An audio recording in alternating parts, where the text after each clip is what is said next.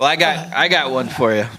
So, remember I told you I had a manager, case manager. Now she wasn't from the insurance company. She was an independent case manager. She was making all my doctor's appointments, right? So in the first 15 months of the injury, they couldn't figure out what the injury was, and when they finally figured out what they call a unicorn, they have horses, which is a normal. This doctors tell me this, and zebras are interesting, and unicorns are very specific and very rare, and they never look for unicorns or zebras. They're always looking for horses when it comes to a problem, right? I just happen to be a unicorn, right? So I'm going to all these doctors, and they tell me I have to go do this test. So I go down to U of M, and I walk into this room, and there's this chair, this black leather chair with these straps. And they're like, you got to sit in that. And I'm like, all right. And then what happens? They're like, well, we're going to spin you around. And then we're going to spin you around. I said, okay, I have issues with movement, and your idea is to spin me around.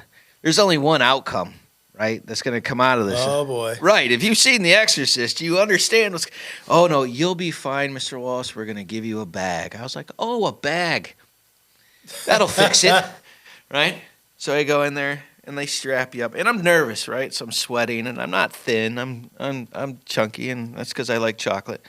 And so in the chest part, didn't quite get, like, clicked, right? Yep. So they go in there, and all the lights shut off, right? Whew, it's completely black. And all of a sudden, these white strobe lights come, right? And then they start spinning you. You have no way you're going. So, right? This way. Oh, my God. This You're way. training to be an astronaut. Oh, and then the doctor's like, now, tell me which way the lights are going when you stop, right? I'm trying not to vomit. That is my main functional purpose. And so I'm sitting there, they're like, we want to track your eyes. And I'm like, if this is up to me to get correct, we're all going to fail. Because I'm just trying not to puke all over the stuff, right? So they stop you and they spin you, and then they got this tracer light, and they put this thing on there, and then they could notice the eyes weren't tracking properly, and I'm puking everywhere, right? So we finally get done, and the doctor comes in, and I had puke all over me, okay? And because you know how they tell you don't eat, you know, you have to only so it was just coffee coming out, right? Coffee and bile that was just coming out, right?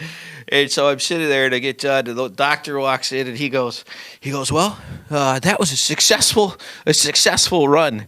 And I remember looking at him and looking at myself and then looking at him, and I was like, your idea of success and my idea of success are two totally different things, right? And he was like, that's all right, we'll help you clean off, right?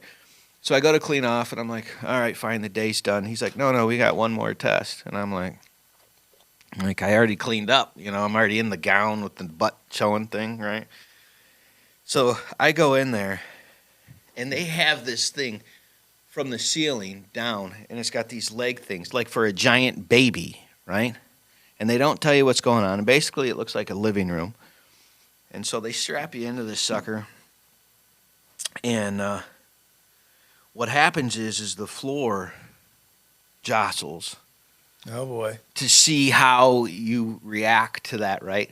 But they don't tell you that's happening, right? So I just vomited all over myself. Get done.